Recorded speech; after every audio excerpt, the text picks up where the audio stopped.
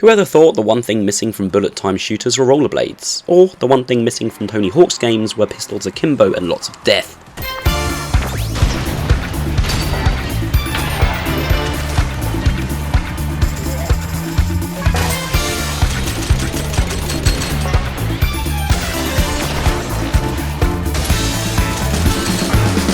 Not me, but apparently the guys over at Roll 7 saw a gap in the market and filled it like a pothole in the road you never really noticed before, until you prepare for the jolt on your skateboard by clenching your asshole so tight before realising, oh, the bump never happened.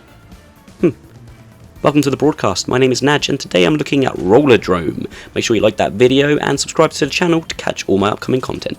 Released on August 16th for PS5, PS4 and PC, Rollerdrome takes extreme sports to the next level, making the word extreme in itself sound like sports day down at your local church. With some Hunger Games and Squid Game-like lore thrown in because every game needs some sort of narrative to give reason to all the killing, we play as Kara Hassan, the newest contestant in the Rollerdrome Championship, a global phenomenon, a televised event run by Matterhorn, where chosen contestants grind rails, drop down half-pipes whilst raining down bullet hail, avoiding the snipes.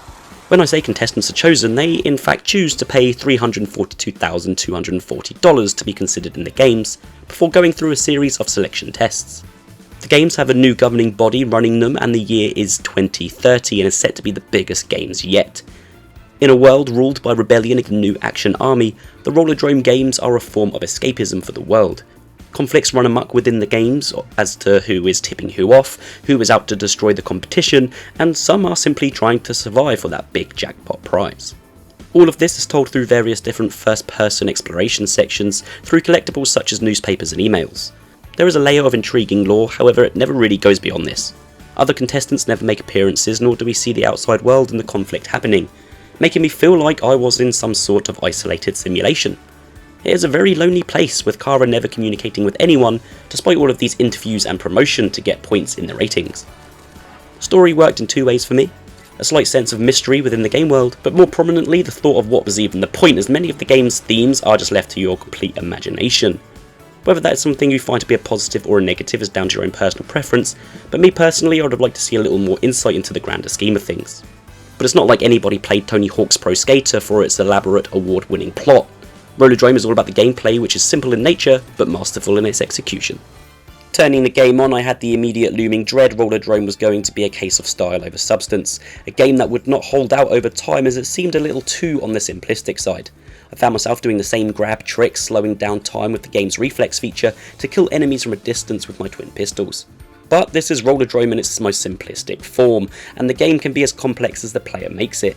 For a game with a somewhat lack of variety in its level design despite its beautiful, vibrant 70s aesthetic, cel-shaded art style, and complete absence of character customization, something that would have fitted in Rollerdrome like a princess's crusty foot inside of a glass slipper before getting smashed in a pumpkin, the game's diversity comes in the form of self-improvement and progress, adding an incredible amount of replayability.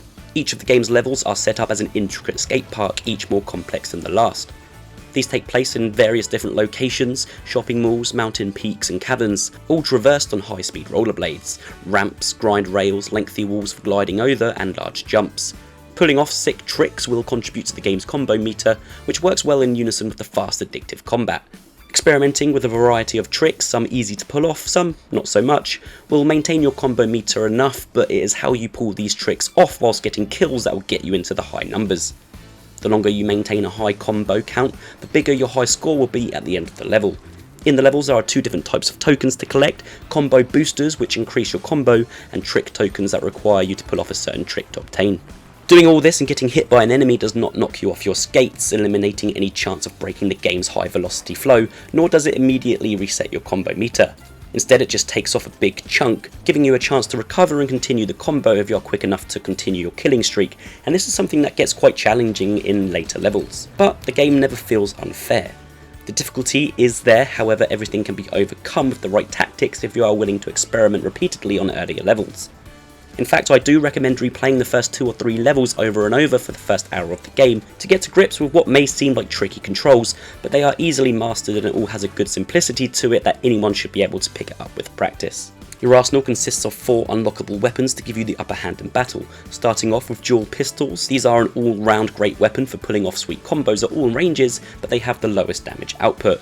We have a grenade launcher, a charge-up rifle which fires energy beams, very powerful, and we have a shotgun for close encounters, but more importantly it has a sweet spot to pull the trigger for a slug shot, if timed right, adding extra damage, which is great for breaking enemy stances.